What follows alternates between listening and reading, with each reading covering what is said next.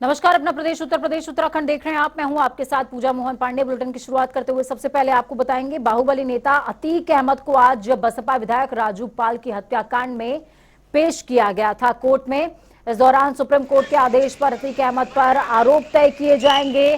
Court में पेशी के लिए पहुंचे अतीक अहमद को बीती रात ही साबरमती जेल से लखनऊ जेल में शिफ्ट किया गया था।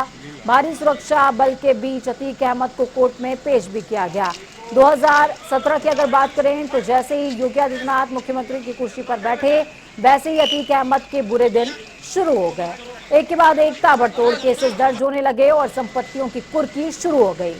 अतीक अहमद और उसके गुर्गों की अब तक 986 करोड़ से ज्यादा की संपत्ति को कुर्क किया जा चुका है।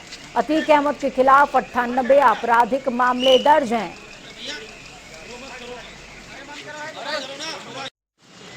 2005 में राजू पाल हत्याकांड के मामले को लेकर आज माफिया अतीक अहमद को एमपी एमएलए कोर्ट में पेश किया गया है। इस मामले में 5 अन्य आरोपी पहले जेल में हैं और अतीक अहमद को कल गुजरात जेल से लाने के बाद लखनऊ की गोसाई जेल में रखा गया था और आज उन्हें लखनऊ की इस एमपी एमएलए कोर्ट में पेश किया गया है। सबसे बड़ी बात है कि इस पूरे मामले में माना जा रहा है कि आज फैसला आ सकता है और इस मामले में सजा का ऐलान भी किया जा सकता है कोर्ट की तरफ से। आपको एक बात और बता दें कि इसी एक और मामला जो 2018 का था, जिसमें मोहित जायसवाल जो लखनऊ के कृष्णानगर के व्यापारी थे, उनको उनके साथ मारपीट की गई थी, उनकी रंगदारी मांगी गई थी और उसके बाद देवरिया जेल ले जाने के बाद उनको वहां पर उन पर आरोप था कि उनके साथ मारपीट की गई। इस मामले में उनके बेटे यानी कि उमर अहमद पर भी 2 लाख का इनाम घोषित हुआ था और वो भी स्पेशल सीबीआई के स्पेशल कोर्ट में प्रस्तुत हुए थे, जहां से उनको जेल भेज दिया गया था। तो फिलहाल अतीक अहमद की जो मुश्किलें हैं वो आसान नहीं हो रही हैं, लेकिन अभी उन्होंने जब पेशी पे आने के दौरान एक बयान दिया और योगी आदित्यनाथ की तारीफ की। उन्होंने कहा कि सीएम योगी आदित्यनाथ बहादुर हैं, ईमानदार हैं और कर्मठ नेता हैं। तो फिलहाल इस तरह के बयान के बाद ये माना जाने लगा था कि कुछ सहूलियत मिल सकती है उनको, लेकिन जिस तरह से पुराने मामले में अभी तक अतीक अहमद को सहूलियत नहीं मिली है और लगातार उन पे और उनके करीबियों की संपत्तियां कुर्क हो रही हैं, तो इस तरह के बयान उनको बहुत ज़्यादा सहूलियत नहीं मिलने वाली ये माना जा रहा है कि। और पुराने मामलों में जिस तरह से फैसला आने की शुरुआत हो चुकी है, वहीं आज राजू पाल हत्याकांड में भी, जिसमें ये साजिश के इनके ऊपर चार्जेस फ्रेम हो सकते हैं, लेकिन कुछ देर बाद ही अभी अतीक अहमद पेशी से बाहर निकलेंगे और ये भी साफ होगा कि अतीक अहमद पर किस तरह के आरोप पाए गए हैं। तो दूसरी तरफ भोजपुरी सुपरस्टार और सांसद दिनेश लाल निरहुआ के आग्रह पर आजमगढ़ में लगवाए गए कैंप में अब तक सैकड़ों लोगों का इलाज हो चुका है। इस कैंप में इलाज कराने वाले डॉक्टर चमत्कार से कम नहीं है। बताया जा रहा है कि यहां इलाज के बाद 20 साल से ना बोलने वाले व्यक्ति की आवाज वापस आ गई और वो अपने पैर पर चलने भी लगा, जबकि इस मरीज का इलाज एम्स तक में हो चुका है और कोई राहत नहीं मिल रही थी। इसी क्रम में किसी महिला को रीढ़ की हड्डी में दर्द तो किसी के पैर से ना चल पाने की शिकायत थी, जो कि मिनटों में दूर हुई है। डॉक्टर संतोष कुमार का कहना है कि हमें आयुर्वेद के न्यूरो पद्धति के गहन अध्ययन से जो जानकारी हासिल हुई है वो हिंदुस्तान में केवल 3 से 4 आयुर्वेदिक चिकित्सकों में है, जिसमें से 3 चिकित्सक केवल विदेशों में ही सेवा देने में व्यस्त रहते हैं। इस विषय में दिनेश लाल यादव निरहुआ और अन्य कलाकारों का साफ तौर पर कहना कि ये हिंदुस्तान के इकलौते डॉक्टर हैं जो हिंदुस्तान में कहीं भी राह चलते ही लोगों के असली मर्ज का इलाज कर दिया करते हैं। आगे डॉक्टर संतोष कुमार ने कहा कि मरीजों को राहत को देखते हुए मुझे बहुत सुकून मिलता है और इस तरह का काम करने का मैं अनवरत प्रयास करता रहूंगा। हम लोग के साथ काम करते हैं। क्या नाम है डॉक्टर संतोष कुमार। अच्छा, आप किस गाँव से? हम रांची से, रांची झारखंड के रहने वाले हैं। कहाँ पर आए हैं? यहाँ पे ये दिनेश जी के थी पास आते हैं हम। और क्या आज आपने क्रम मतलब यहाँ पे दिनेश जी बोले कि कुछ मेरे गांव में पेशेंट है तो उनको आप देख लीजिए कैंप लगा के। तो उसी क्रम में सुबह से हम देख ही रहे हैं बहुत सारे पेशेंट आपके सामने। देखिए ये 3 साल से नहीं चल पा रहे थे और बोल भी नहीं पा रहे थे, तो जो बोलने लगे और एम्स में भी इनका इलाज हो चुका है, लेकिन ये नहीं चल पा रहे थे, लेकिन अभी चल रहे हैं ये। देखिए, मैं एक शूटिंग कर रहा था गोवर्धन की और उस शूटिंग के दौरान मुझे थोड़ी तकलीफ हो गई थी नस में। तो हमारे जो सुशील भैया हैं जो हम लोग के साथ काम करते हैं, आप लोग जानते हैं निरहुआ रिक्शा वाला से लेके और अभी तक सारी फिल्मों में हम लोग साथ अभी भी यहाँ हैं। तो उन्होंने ही बताया कि एक रांची में डॉक्टर साहब हैं, वो हाथ लगाएंगे ठीक हो जाएगा। हम बोले बुलाइए। ये आए, हमारे सेट पे 10-20 लोगों को ठीक कर दिए जिनका जो तकलीफ था। तो अभी जब हम लोग आजमगढ़ आए, मैं लगभग 1 महीने से जनता दर्शन कर रहा हूँ, तो उसमें बहुत से लोग आते हैं जिनको कुछ कुछ तकलीफ है, बीमारी है, कुछ 20 साल से झेल रहे हैं। तो हम डॉक्टर साहब को फ़ोन किए कि आप आ सकते हैं क्या आजमगढ़? तो बोले क्या करना है? हम बोले अरे आप आइए, यहाँ बहुत लोग हैं जिनको तकलीफ है। तो डॉक्टर साहब आए और आते ही सुबह 3-4 लोग आए। तो हमने कहा डॉक्टर साहब को कि ये जो हैं बोल नहीं पाते हैं, इनका जरा देखिए। और वो बताइए कहाँ गए? कहाँ गए आप? चले गए। कौन भैया कहाँ है भवन जी? तो अभी उनके पिताजी 20 साल से बोल नहीं रहे थे, वो बोलने लगे। उत्तर प्रदेश के मुजफ्फरनगर में योग साधना यशवीर आश्रम में बुधवार को एक परिवार के 5 सदस्यों ने पहुंचकर हिंदू धर्म में वापसी की है। इस परिवार के सभी 5 सदस्यों को शुद्धि यज्ञ करते हुए मुस्लिम धर्म से हिंदू धर्म में वापसी कराई गई, जिसके बाद अब इस परिवार के सदस्य हिंदू धर्म में वापसी करने के बाद इस परिवार के 5 सदस्य बेहद खुश नजर आ रहे हैं। योग साधना यशवीर आश्रम के स्वामी यशवीर महाराज ने बताया कि लगभग 8 साल पहले बिजनौर में ही एक परिवार के 5 सदस्यों ने हिंदू धर्म छोड़कर मुस्लिम धर्म को अपना लिया था। परिवार के सदस्यों का कहना कि मुस्लिम धर्म गुरुओं और मौलवियों के बहकावे में आकर लगभग 8 साल पहले उन्होंने हिंदू धर्म छोड़ते हुए मुस्लिम धर्म को अपनाया था, मगर भाजपा की सरकार आने के बाद दोबारा हिंदू धर्म अपना लिया उन्होंने। वहीं दिवाली की तैयारी धनतेरस के साथ ही बड़े ही जोरों शोरों से नजर आ रही है। बर्तन, सराफा, कपड़े, इन तमाम बाजारों को देखा जाए तो गुलजार हैं। कोरोना काल के बाद 5 दिवसीय दीपोत्सव को लेकर शहर के सभी बाजारों में रौनक छा गई है। लोगों में उत्साह साफ नजर आता है। सभी अपनी खरीदारी और तैयारियों में जुटे हुए हैं। लोग इस बार बाजारों में लक्ष्मी गणेश की मूर्ति को लेकर काफी उत्साहित हैं। इस बार धनतेरस में 2 दिन खरीदारी कर सकते हैं। तो आइए देखते हैं ये खास रिपोर्ट।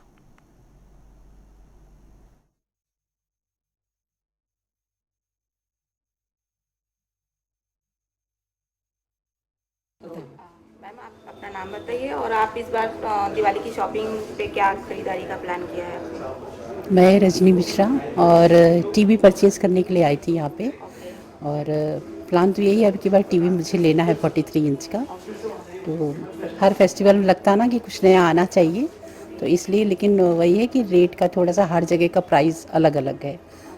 कहीं मेन तो ऑनलाइन की वजह से थोड़ा सा ऑनलाइन में रेट कम रहता है, मार्केट में रेट थोड़ा ज़्यादा है शोरूम पे। देखिए, मेरा नाम आनंद रस्तोगी है और ये दिवाली का कारोबार अब जैसे पहले था वैसे तो नहीं हो पा रहा है, बट ये है कि थोड़ा सा मार्केट का फ़र्क होता है। शादी बारातें भी अब की बार नहीं है, इस वजह से कभी मार्केट थोड़ा सा डाउन है, बट ठीक है। कुछ ना कुछ तो चहल पहल, क्योंकि त्यौहार आता है तो आ ही जाती है, वही चहल पहल है। और बाकी थोड़ा सा ऑनलाइन से हम लोगों को जो फ़र्क आ ही रहा है लगातार, और कंपटीशन भी बहुत बढ़ता जा रहा है मार्केट का भी, तो उस वजह से थोड़ी सी सेल डाउन है। मगर धीरे धीरे जब जैसे जैसे त्यौहार नज़दीक आता जाता है वैसे वैसे सेलें बढ़ती हैं और हो जाती हैं। देखिए, हर वर्ष की भांति इस वर्ष भी धनतेरस का पावन पर्व और दीपावली का पावन पर्व आ गया है और हम सराफा कारोबारी हैं। हमने इस बार धनतेरस में नई चीज़ें लाए हैं, जैसे हमारे emerald decorated Lakshmi Ganesh, decorated सिक्के, एंटीक पायल, बिछिया और सोने में सब एंटीक आजकल चल रहा है, अंगूठी वगैरह, नेकलेस, चेन्स। तो इस तरीके से हम लोगों ने कस्टमर की डिमांड पे इस बार थोड़ा एंटीक आइटम ज़्यादा मंगवाया है और हमें ऐसी उम्मीद है कि धनतेरस में कस्टमर उसको प्रेफर करेगा।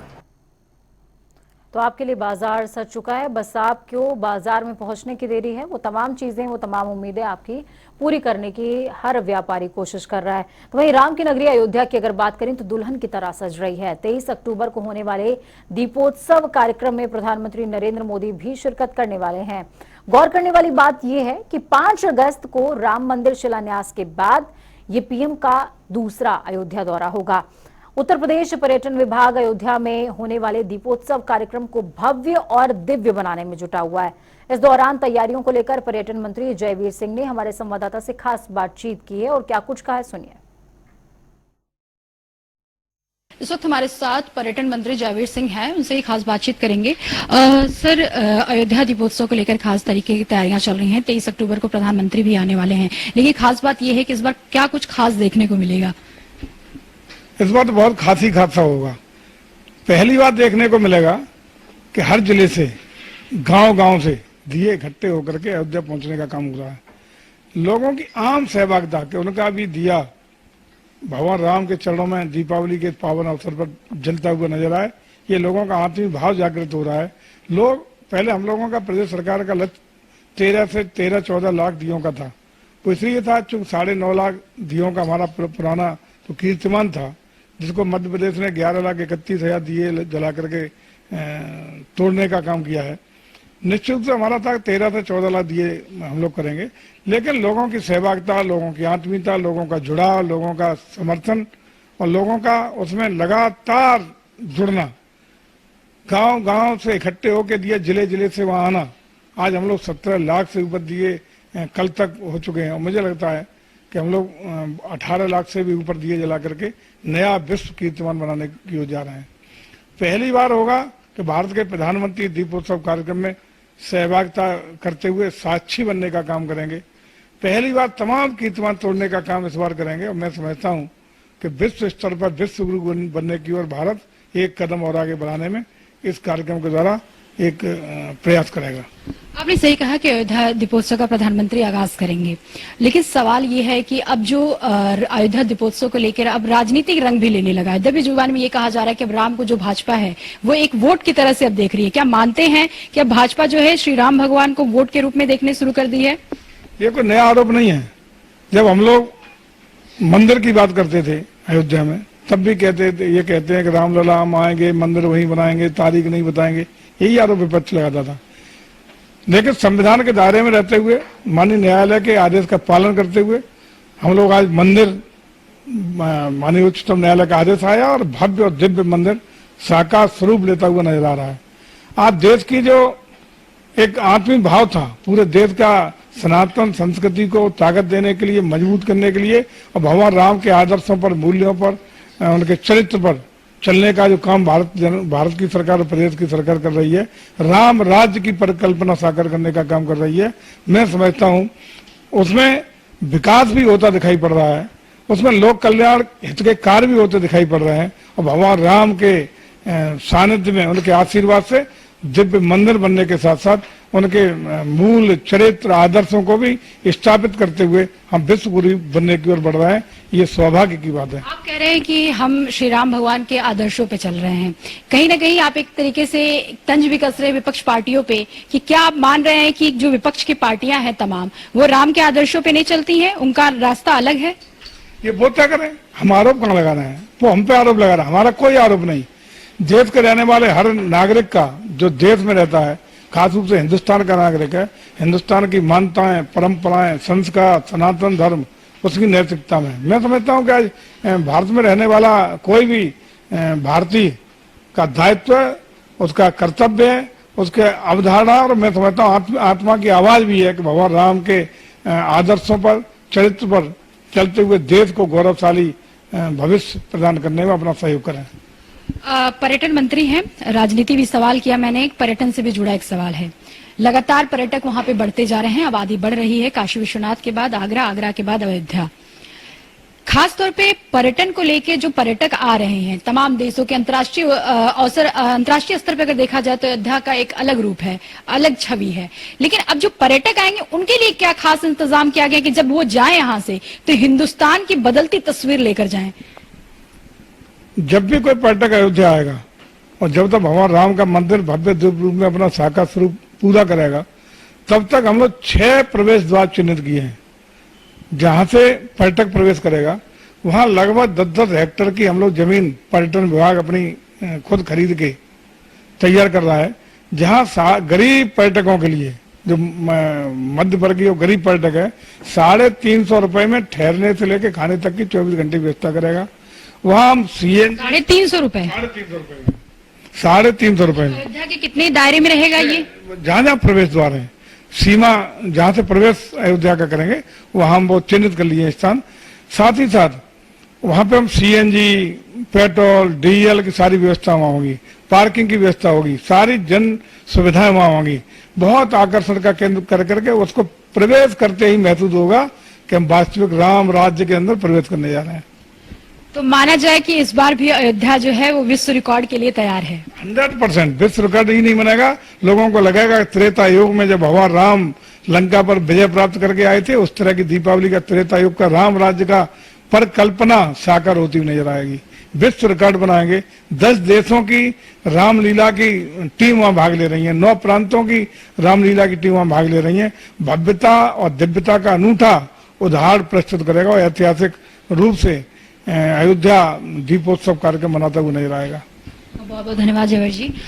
ये थे उत्तर प्रदेश सरकार में जयवीर सिंह, पर्यटन मंत्री हैं, लेकिन राजनीति के इस सवाल को भी बहुत ही अलग अंदाज में जवाब दिया। इनका कहना था कि देखिए हम आदर्शों से श्री राम के चलते हैं, अब विपक्ष को तय करना है कि वो किसके आदर्शों पे चलते हैं, लेकिन भाजपा तो हमेशा से श्री राम के आदर्शों को माना है और उनके ही मार्गदर्शन को लेकर आगे बढ़ती है। रही बात अयोध्या में दीपोत्सव का, तो इस बार अनूठा रहेगा, दिव्यता और भव्यता साफ तौर पर देखेगा और जो भी पर्यटक आएंगे पूरी कोशिश रहेगी अध्यात्म का केंद्र अयोध्या से एक अलग छवि लेके जाएं। कैमरा रियाज के साथ मैं जयसिंह, जनता टीवी, लखनऊ।